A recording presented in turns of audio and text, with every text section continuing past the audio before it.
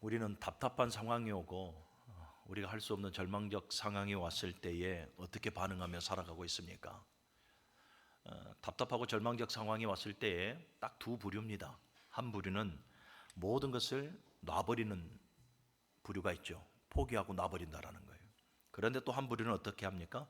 가느다란 그러한 소망이라도 안고 살아가는 부류가 있습니다. 여러분, 결국은 누가 그 난관을 헤쳐나와서 승리할 수 있겠습니까? 후자겠죠. 믿음의 사람은 모든 것을 놔버려야 됩니까? 끝까지 소망을 안고 살아가야 합니까? 그렇게 어려운 질문도 아닌데 답들이 되게 약합니다. 다시 한 번 더요. 믿음의 사람은 소망을 안고 살아가야 합니까? 놔버려야 합니까? 딱 요 수준만 합시다. 예. 갈수록 소리가, 화답의 소리가 점점 줄어들고 있어서 그렇습니다. 히브리서 11장 1절의 말씀을 보면 믿음은 바라는 것들의 실상이요 보이지 않는 것들의 증거라 그랬습니다. 상황이 답답해서 아무것도 보이지 않고 내일의 소망이 없어 보여도 아주 메말라 버리는 그러한 상황이 우리의 현실 가운데 주어져도 믿음의 사람은 누구를 보는 것입니까?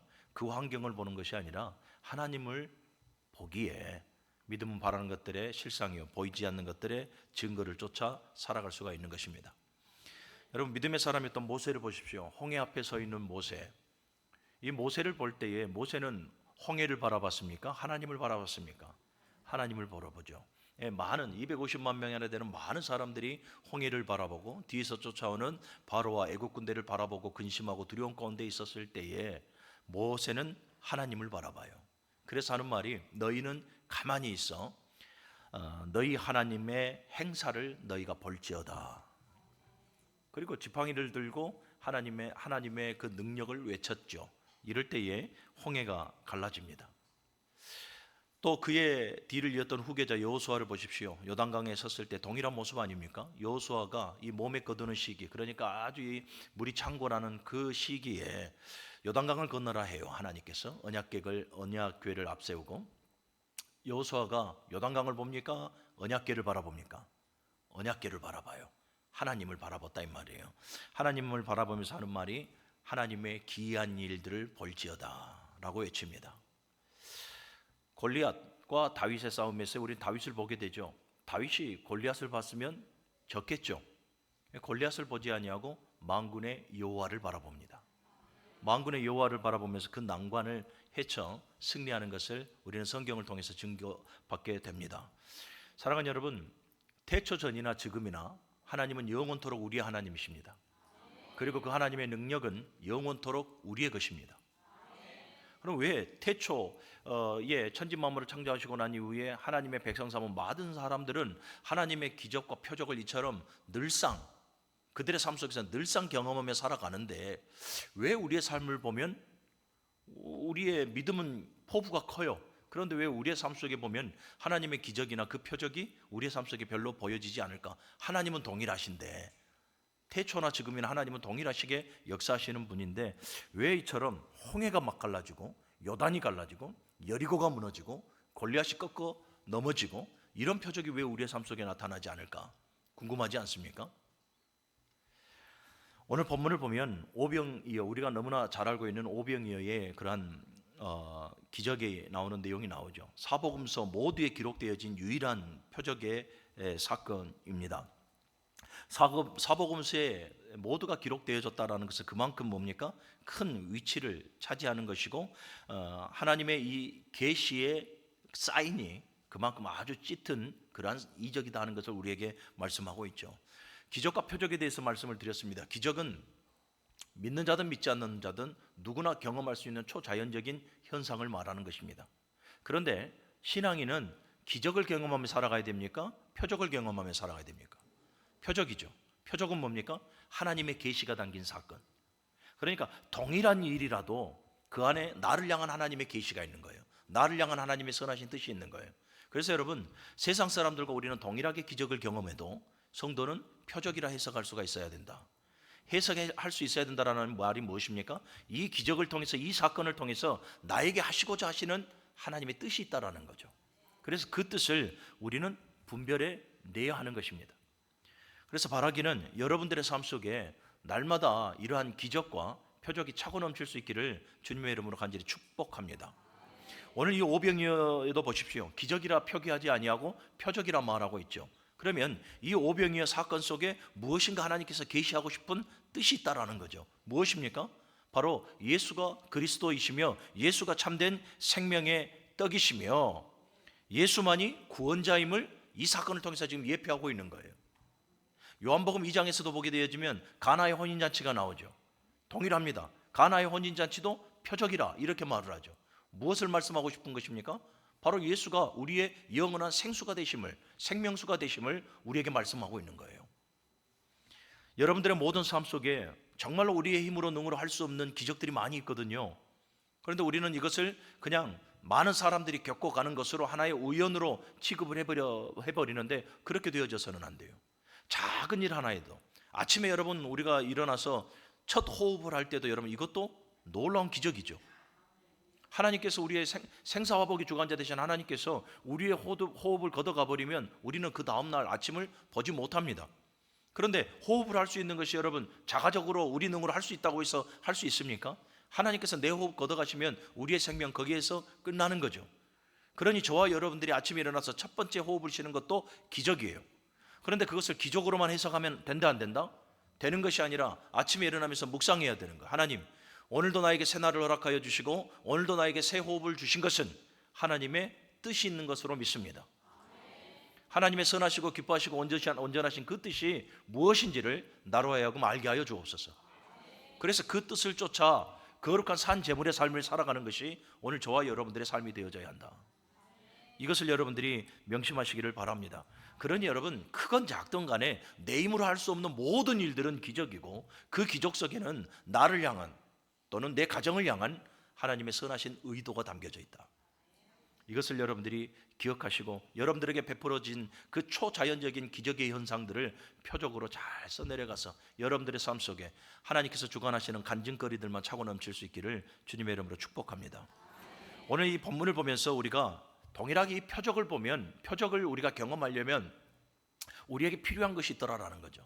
오늘 본문에서 우리에게 요구하는 것들입니다. 가장 첫 번째가 무엇입니까? 믿음이에요. 믿음이 있어야 한다라는 거예요.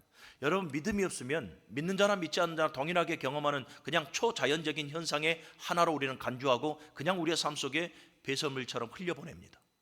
너무나 아깝지 않습니까?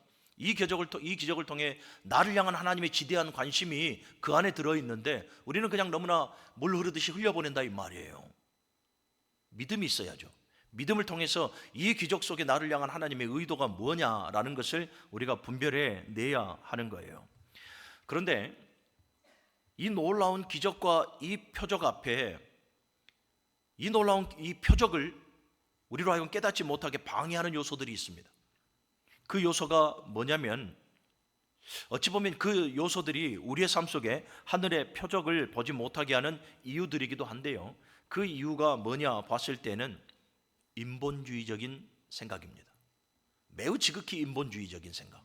여러분 우리는 계속해서 신앙의 삶을 신본주의와 곧 하나님 중심입니다. 신본주의와 인본주의, 사람 중심 사이에서 우리는 매우 갈등하며 살아갑니다. 아니라고 말하지만 사실은 우리의 신앙의 삶을 냉정하게 그리고 매우 디테일하게 살펴본다면 하나님 중심의 삶을 살아가는 것보다 사실은 내 사고 중심의 삶을 살아가는 것이 사실은 더 많습니다. 우리 이거 인정할 것은 인정해야 되죠. 무엇입니까? 인본주의적, 나 중심적인 삶을 살아가게 되어지는 거예요. 인본주의라고 하는 것은 무엇입니까? 그 사람 안에 들어있는 모든 사상들이에요.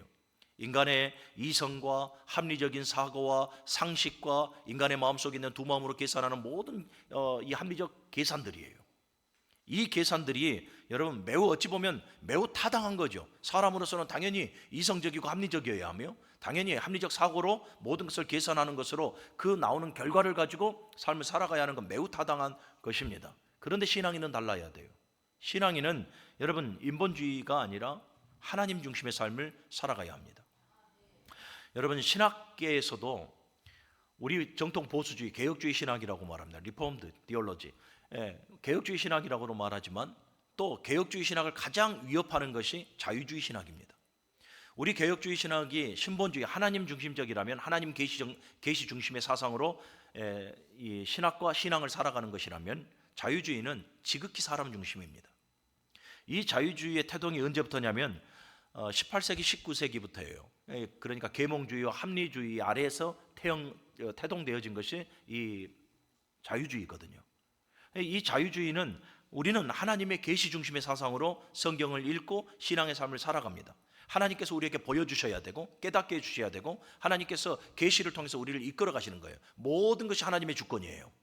그런데 인본주의는 인간의 이성이나 경험, 합리적인 사고 중심으로 모든 것을 이 기준점을 삼고 살아갑니다. 신앙의 척도도 바로 사람 중심의 척도로 살아가요. 그러다 보니까 어떻게 되어집니까? 신앙의 삶이 주님 오시는 그날 때까지 명확하게 하나님 중심, 하나님의 주권, 하나님의 계시, 하나님의 인도하심과 그분의 온전한 은혜가 드러나야 되는데 어느 순간부터 사람의 열심, 사람의 사고, 사람의 방법, 이것이 신앙 안에 들어오고 교회 안에 들어오게 되었다. 여러분, 우리는 하나님 중심 곧 신본주의적인 사고와 인본주의적인 사고에 대해서 그냥 하나의 이론으로 끝내버리려고 하는데 아주 위험한 생각입니다. 다윗과 여로보암을 보십시오. 북이스라엘의 19의 왕들과 남유다의 20명의 왕들, 그들을 평가할 때 하나님은 다윗의 길 또는 여로보암의 길로 평가합니다. 다윗의 길은 신본주의, 하나님 중심의 길이고 여로보암의 길은 지극히 인본주의, 사람 중심의 길입니다. 예배도 우리가 지난번에 말씀 나눠서 알지 않습니까? 여로보암은 어떻게 합니까? 하나님께서 지정하신 예루살렘으로 내려가서 예배하지 못하도록 베델과 단에 산당을 만들고 송아지를 만들어서 하나님을 대신합니다. 절기도 자기들 마음대로, 제사장도 일반 자기들 마음대로, 하나님의 소명을 받지 않는 자들, 그들을 세워서 제사하게끔 만듭니다. 하나님께서는 어떻게 합니까? 모든 악의 길의 시작이 여로보암의 길로 행하였더라 이렇게 말을 해요. 모든 죄의 평가를 여로보암의 길이라 말을 해요. 하나님의 주권을 무너뜨리고 하나님 중심의 삶을 살아가는 것이 아니라 지극히 개인적이고 지극히 인간적인 삶을 살아가는 그것을 하나님께서는 그 죄를 크게 묻고 계시더라라는 거예요. 그러니 여러분, 오늘 우리는 우리의 생각이 완전히 오늘 말씀을 통해서 바뀌어야 될 줄로 믿습니다. 작은 것에서 하나님의 주권을 세우고 작은 것에서부터 하나님 중심적인 삶을 살아가야 돼요. 여로보암의 길은 하나님께서 최악으로 평가한 길입니다. 우리 무능교회 우리 모든 성도들은 언제나 하나님 중심으로 믿음으로 삶을 살아갈 수 있는 주의 백성들이 되어질 수 있도록 주님의 이름으로 간절히 축복합니다. 오늘 오병이어의 기적, 여러분 이 기적이 많은 사람들에게 표적으로 다가가지 않는 이유가 뭐라고요? 바로 인본주의적인 그 인간의 이성과 합리적인 사고와 합리적인 계산과 상식이라는 것, 지극히 사람 안에서 나오는 모든 사상들로 말미암으니 오늘 이 기적, 초자연적인 현상이 나왔습니다마는 어떤 이들에게는 하나의 기적으로, 그런데 어떤 이들에게는 표적으로 보여지게 되더라라는 거예요. 오늘 예수님께서 5절에서부터 6절에 어떻게 말씀하고 계십니까? 본문의 말씀을 다시 한번 볼까요? 본문의 말씀을 보면 5절과 6절을 보면 예수께서 눈을 들어 큰 무리가 자기에게로 오시는 것을 보시고 빌립에게 이르시되 우리가 어디서 떡을 사서 이 사람들을 먹이겠느냐 하시니, 예수님께서 빌립에게 말을 해요. 우리가 어디서 이 떡을 얻어서 음식을 얻어서 저들을 먹일 수 있을까? 이것은 예수님께서 몰라서가 아니죠. 빌립을 시험하고자 합니다 라고 분명하게 말씀하고 있죠. 이럴 때에 빌립의 대답이 7절에 이렇게 말합니다. 빌립이 대답하되 각 사람으로 조금씩 받게 할지라도 200데나리온의 떡이 부족하리이다. 지금 빌립은 여러분, 빌립의 지금 대답이 틀린 말입니까 아닙니까? 사실은 옳은 말이에요. 그러죠. 각 사람에게 각 사람으로 조금씩 받게 할지라도 200데나리온의 떡이 부족하리이다. 200데나리온은 여러분 어마어마한 돈이에요. 그러니까 이 많은 사람들을 먹일 수 있습니까? 없습니까? 없습니다. 이 말이에요. 그러니까 빌립의 지금 대답은 매우 상식적이고 매우 인간적이고 매우 합당한 계산 아래에서 추론되어지는 말이에요. 도출되어지는 말이거든요. 그런데 여러분, 주님께서 빌립에게 듣고자 하시는 말씀은 어떤 말씀이었습니까? 할 수 있습니다예요. 주님이시면 할 수 있습니다. 하나님이시면 할 수 있습니다. 이 믿음의 고백과 이 믿음의 선포를 주님께서는 기대하고 계시는 거예요. 여러분 또 계속해서 우리의 지금 교회 안에 이런 놀라운 역사가 일어나기 때문에 제가 또 말씀을 드리네요. 우리의 지금 교회의 어떤 재정적인 형편이나 여러 가지 여건으로 오늘 우리가 이렇게 안락한 분위기 속에서 예배할 수 있겠습니까? 우리는 이것을 어떤 한 사람의, 어떤 한 이 부류의, 어떤 한 모임에, 그래서 헌신과 수고로 말미암아 이렇게 충분히 되어질 수 있지, 우리 이렇게 말할 수 있습니다. 옳은 소리입니다. 틀린 거는 아니에요. 그런데 우리는 무엇을 봐야 한다고요? 그 기적 속에 나를 향한 하나님의 원하심, 나를 향한 하나님의 그 선하신 뜻을 범으로 말미암아 이 기적을 표적으로 해석을 해야 된다는 거예요. 그래야 여러분들의 삶 속에 하나님께서 기적을 베풀어 주시는 그 모든 기적 가운데, 야, 나를 향한 하나님의 그 사랑, 나를 향한 그 하나님의 은혜를 더욱더 우리가 깨달아갈 수가 있는 것입니다. 빌립을 향한 주님의 원하시는 대답은 뭐예요? 믿음의 대답이에요. 믿음의 선포예요. 다윗처럼 너는 칼과 창과 단창으로 내게 오거니와 나는 네가 모욕하는 만군의 여호와의 이름으로 네게 가노라. 베드로 사도처럼 은과 금은 내게 얻거니와 내게 있는 것으로 내게 주노니 곧 나사렛 예수의 이름으로 일어나 걸으라. 사도 바울처럼 내게 능력 주시는 자 안에서 내가 모든 것을 할 수 있나이다. 지금 예수님께서 원하시는 대답은 바로 이 대답이에요. 이 믿음의 대답을 원하셨더라라는 거예요. 그런데 이 믿음의 대답을 이 빌립이 하지 못하고 매우 인간의 상식과 인간의 계산적 대답으로 나아가는 것을 보게 됩니다. 오늘 이 말씀 앞에 서 있는 우리 모든 성도 여러분들, 오늘 저와 여러분들을 향한 주님의 질문이 바로 이것입니다. 할 수 있겠느냐? 할 수 없겠느냐? 높은 벽 앞에, 감당하지 못할 현실과 상황 앞에 오늘 우리에게 주는 질문이에요. 할 수 있겠느냐? 못하겠느냐? 사랑하는 여러분, 하나님을 보시면 됩니다. 사람을 보면 이룰 수 없습니다. 그러나 하나님은 전지전능하신 분이고 그분은 말씀 한마디로 천지만물을 창조하셨고 예수 그리스도 그 권세 아래, 하늘과 땅과 땅 아래 모든 권세가 무릎을 꿇었습니다. 그분이 우리 아버지시고 그분이 우리의 주인이십니다. 그러니 사랑하는 여러분, 힘들고 어렵고 정말로 여리고성과 같이 답답한 성벽이 우리 앞을 가로막고 있는 현실이라 한다 할지라도 오늘 그 가운데에서 주님의 음성 듣기를 원합니다. 할 수 있겠느냐? 못하겠느냐? 귀신 들렸던 이 자녀를 둔 아버지를 보십시오. 제자들에게 그 자녀의 병을 치료받기를 원해서는 제자들이 할 수 없잖아요. 예수님께서 오셔서 그 자녀의 병을 치료해 주실 때 제자들이 질문합니다. 우리가 어떻게 하면 그렇게 할 수 있겠습니까? 그럴 때 예수님께서 뭐라고 말씀하십니까? 믿음이 없는 세대예요. 할 수 있거든이 무슨 말이냐? 믿는 자에게는 능치 못함이 없느니라. 예수님께서 공생의 기간 많은 무리들 가운데 예수님께로부터 치유의 은혜를, 회복의 은혜를 받은 자들이 얼마나 많습니까? 그런데 여러분, 예수님은 항시 나병 환자를 찾아가든 백부장을 찾아가든 귀신 들린 자를 찾아가든 언제나 그들 앞에 Q&A를 합니다. 무엇입니까? 할 수 있겠느냐? 그런데 보십시오. 사도 바울도 내게 능력 주시는 자 안에서 내가 모든 것을 할 수 있느니라 라고 고백했듯이 마태복음 8장 2절을 보니까 나병 환자도 주님 앞에 나와서 주님의 그 무릎 앞에 이렇게 말하죠. 주께서 원하시면 나를 깨끗하게 하실 수 있나이다. 백부장도 보십시오. 주님, 주여, 주께서 내 집에 오심을 내가 감당하지 못하겠나이다. 말씀만 하옵소서. 그리하면 치료받겠나이다. 여러분, 오늘 주님은 우리에게 믿음의 고백을 듣기를 원하십니다.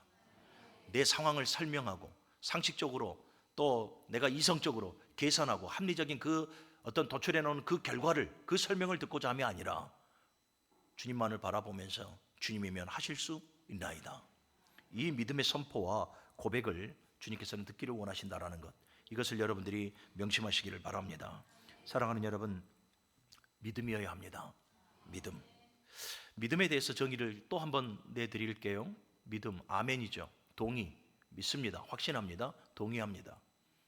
세 가지로 정의를 해드렸습니다. 우리의 지적인 동의, 내가 알면서 알므로 말미암아 믿는 것, 감정적인 동의, 깨닫는 것으로 말미암아. 그런데 이것을 믿음이라 하지 않아요. 실천적 동의, 의지적 동의가 나와야 한다.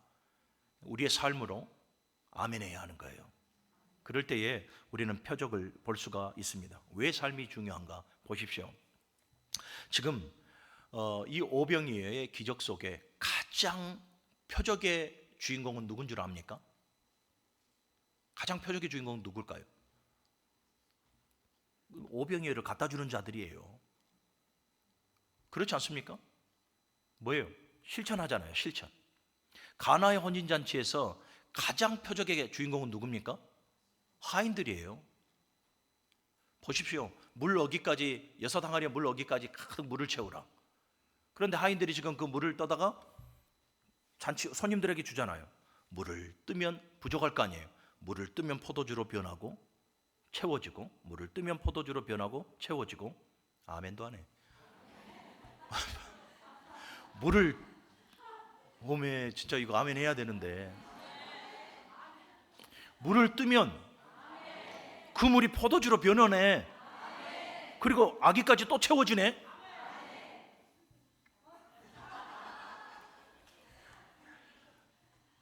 무엇을 말하고 싶은 것입니까? 우리가 지적인 동의와 감정적인 동의로는 신앙생활을 할 수 없다라는 거예요. 믿음이라는 것은 삶으로 이어져야 합니다. 삶으로.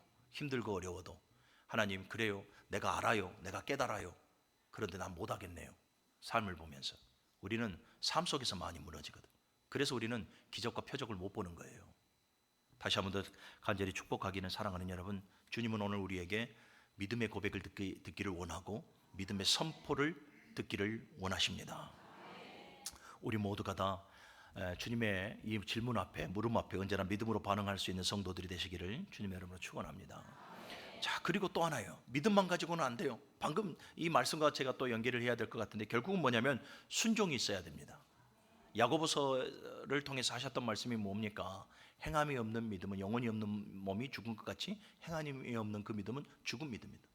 오해하지 마십시오. 야고보 사도를 통해서 행위로 말미, 행위의 공로로 말미암아 구원받는다라는 것을 말하는 것이 아니에요.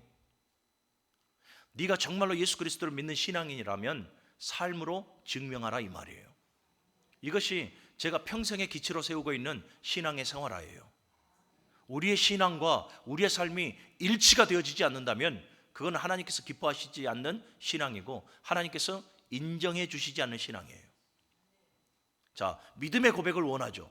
상식의 고백이 아니라 믿음의 고백을 원했다면 그 다음에 뭡니까? 바로 순종이에요. 순종. 11절의 말씀을 같이 한번 읽어볼까요? 10절에서 11절의 말씀 시작.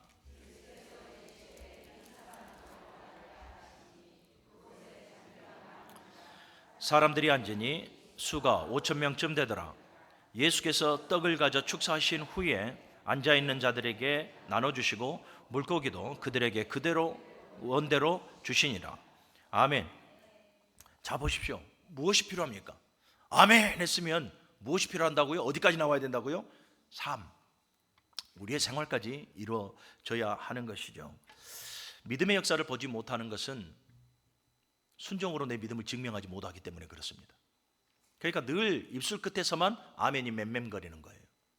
내 삶 속에서 아멘 해야 되는데 내 삶으로 이어지지 못해요. 순종이 어려운 이유가 뭐겠습니까? 물고기가 오병이어밖에 없기 때문에 그래요. 그러니까 뭐예요? 현실적으로는 불가능한 상황이기 때문에 내가 내 머리와 내 깨달음으로는, 내 가슴으로는 아멘하고 하나님은 하실 수 있지라고 말하지만 현실 속에서는 어떻게 되어집니까? 순종하지 못하게 되어진다라는, 이것이 무엇을 바라보는 거예요? 하나님을 바라봤다가 다시 현실을 바라보는 것이거든요. 여러분, 이번 한 주간에 여러분들의 시선을, 여러분들의 모든 주파수를 하나님께 한번 내어 맡겨 보십시오. 그분이 역사하는가 안 하는가. 저는 지금까지 하나님께로부터 소명을 받고 지금까지 오면서 모든 것이 하나님의 은혜였습니다. 하나님께서 해결해 주시지 않은 것이 없었습니다. 병든 자들에게 손을 얹어 기도할 때 치료해 주셨고 그 기적을 저에게 표적으로 보여주셨고, 이외에도 정말로 간암이 걸려서 피를 토하고 제 얼굴에 각혈을 뿌려가면서 죽어가는 그 사람을 안수하며 기도했더니 그가 예수 하면서 하늘에 12영이 보인대요. 그래요. 그 메시지는 저는 모르겠어요. 그런데 성경적 지식이 전혀 없는 사람이, 피를 토하고 있는 그 사람이 안수하고 있으니 예수 하면서 아멘 아멘해요. 예수가 그리스도입니다. 예수가 그리스도입니다. 고백하십시오. 고백하십시오. 숨이 넘어가는 그 마지막 그 날숨까지 아멘하고 제 얼굴에 각혈을 합니다. 순천까지 제가 데리고 갔는데 순천 응급실에 딱 도착하자마자 1분도 안 돼서 소천하셨습니다. 저는 그분이 하나님께로부터 구원을 받았다 확신을 갖고 있습니다. 이게 무슨 말입니까? 사랑하는 여러분, 여러분들의 모든 삶 속에 이 놀라운 표적의 주인공들이 되어지려면 우리는 말씀의 아멘으로 끝나는 것이 아니라 순종으로 이어져야 한다라는 거예요. 물고기 2마리와 보리떡 5개를 보지 말고 그것을 가지고 역사하실 하나님을 보라 이 말이에요. 사랑하는 여러분, 우리가 표적을 보지 못하는 것은 내가 가지고 있는 그 조그마한 것들이 시선을 빼앗기기 때문에 그래요. 내가 가지고 있는 조그마한 것들이 이성적이고 합리적이고 아주 상식적인 것들밖에 안 되거든요. 그러니 하늘의 기적을, 하늘의 그 표적을 우리가 볼 수가 없는 것이죠. 자, 다시 한 번 더 가볼게요. 가나 혼인잔치에서 가장 표적의 주인공은 누구였습니까? 하인들이에요. 아까 말했다시피 품면 채워지고 가져가면 포도주로 변하고 가져가면 포도주로 변하고. 여러분, 그냥 웃고 지나갈 일인 것 같습니까? 하인들은 이 잔치에 온 손님들을 기만하는 행위로 죽을 수 있는 상황입니다. 목숨까지 내놓았습니다. 그럼에도 주인 예수 그리스도의 그 말씀 앞에 순종합니다. 죽기까지 순종하는 거예요. 그러니 여러분, 그러다 보니 표적의 주인공이 되어진 거예요. 포도 채워지고 가져다 주면 포도주로 변하고 가져다 주면 포도주로 변하고. 이것을 누가 알아요? 이들이 아는 거예요. 오늘 안드레를 비롯한 예수님의 제자들도 마찬가지예요. 이 제자들도 오병이어 뿐인데, 그 광주리 안에 오병이어 뿐인데 가져다가 고기를 주면 또 한 마리가 생기고, 가져다가 고기를 주면 또 한 마리가 생기고, 떡을 주면 또 하나가 생기고. 또 아멘 하네.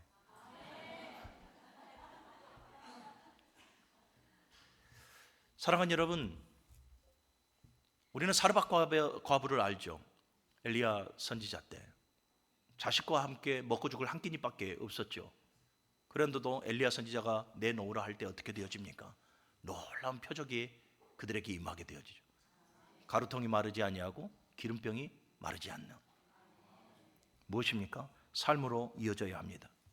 우리의 믿음과 우리의 순종이 일치되어질 때에 우리는 감당하지 못할 표적의 주인공이 되어지게 될 줄로 믿으시기를 바랍니다. 그리고 마지막으로는 이 오병이어를 드리는 이 어린아이를 보면서 우리가 한 가지 또 영적인 팁을 받아야 하는데, 사랑하는 여러분, 움켜쥐지 말고 내놓으십시오. 이 어린아이를 통해서 우리에게 주시는 또 하나의 메시지입니다. 움켜쥐려만 하지 말고 내놓으십시오. 이것이 네바다예요. 헌신이에요. 헌신이라고 하는 것은 여러분, 하나님 앞에 온전히 드리는 거예요. 움켜쥐는 것이 아니라 드리는 거예요. 여러분들에게 지금 제가 헌금 설교를 하고 있는 것이 아니에요. 너무나는 모든 것이 주께로 왔음을 고백하면서도 우리는 너무나 많은 것을 움켜쥐고 살아요. 내 고민도, 내 걱정도, 근심도, 염려도, 또 관계도, 물질도, 자녀도, 모든 것을 내 손아귀에 움켜쥐고 살아요. 그러다 보니 기적을 못 보죠. 오늘 여러분, 이 오병이어를 내놨던 이 어린아이가 한 끼 먹을 식사잖아요. 자기가 한 끼 먹을 식사인데 이것을 내놓지 않았다면 이 역사를 보게 되었겠습니까? 이 어린아이가 이 놀라운 역사를 보게 되어지고 이 많은 사람들에게 하나님의 능력과 하나님의 은혜를 나눌 수 있었겠습니까? 그렇지 않잖아요. 그러니 사랑하는 여러분, 헌신이라고 하는 것은 내려놓고 포기하고 하나님 앞에 인색함이 없이 자원하는 마음으로 드리는 거예요. 무엇을요? 내 몸을 드리고, 내 시간을 드리고, 내 물질을 드리고, 내 헌신을 온전히 하나님 앞에 드리는 거예요. 하나님 앞에 인색하지 마십시오. 어떠한 부분에서든. 고린도후서 9장 7절의 말씀을 보면 인색함이나 억지로 하지 말라. 오히려 그것이 죄가 되는 거예요. 우리가 하나님 앞에 계산하고 하나님 앞에 내 손을 온전히 펴지 못하고 그렇게 인색함이나 억지로 함은 여러분, 단순히 하나님 앞에 조금 드리는 것이 아니라 무엇입니까? 죄가 되어지는 거예요. 아나니와 삽비라 부부를 보십시오.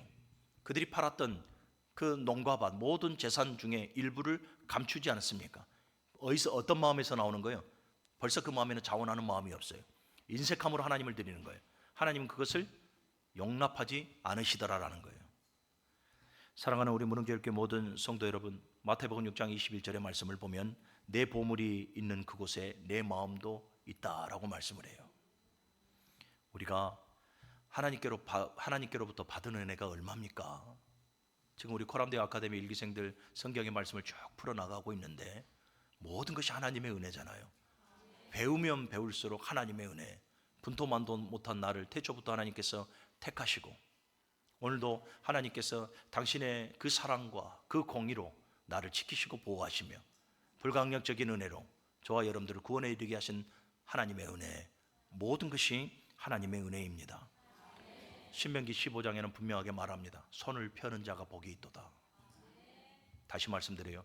물질, 헌금 설교를 하는 것이 아니에요. 하나님 앞에 드려지는 헌신적 삶을 여러분들에게 말씀하는 겁니다. 말씀을 정리하겠습니다. 오늘 이 오병이어의 기적이 어디에서 나옵니까? 빈들에서 나왔다라고 말씀하죠. 빈들, 언덕, 광야를 상징하고 또 상징적으로는 무엇입니까? 상징성은 허무한 인생을 상징하기도 해요. 무기력한 인생을. 그런데 그러한 인생을 살아가고 있는 우리에게 주님은 다가오십니다. 저와 여러분들의 필요를 아세요. 배고픔도 아시고 저와 여러분들의 형편과 처지의 필요를 다 알아요. 우리가 하나님 앞에 믿음으로 고백하고 말씀에 순종하고 하나님을 의지하며 하나님 앞에 아낌없이 드려지는 삶을 살아갈 때에 우리는 우리 삶에 놀라운 기적과 표적이 반드시 일어나게 됩니다. 저는 성경을 믿습니다. 태초부터 진행되어진 하나님의 그 기적과 그 표적과 그 이사이의 그 놀라운 경험을 저는 믿습니다. 하나님의 능력은 태초부터 지금까지 그리고 영원토록 변함이 없으십니다. 그 하나님께서 말씀하시기를 내 손이 짧아졌느냐. 여러분들의 삶 속에 하나님의 역사로 말미암아 늘 표적과 기적을 경험할 수 있는 축복의 성도가 되시기를 주님의 이름으로 축복합니다.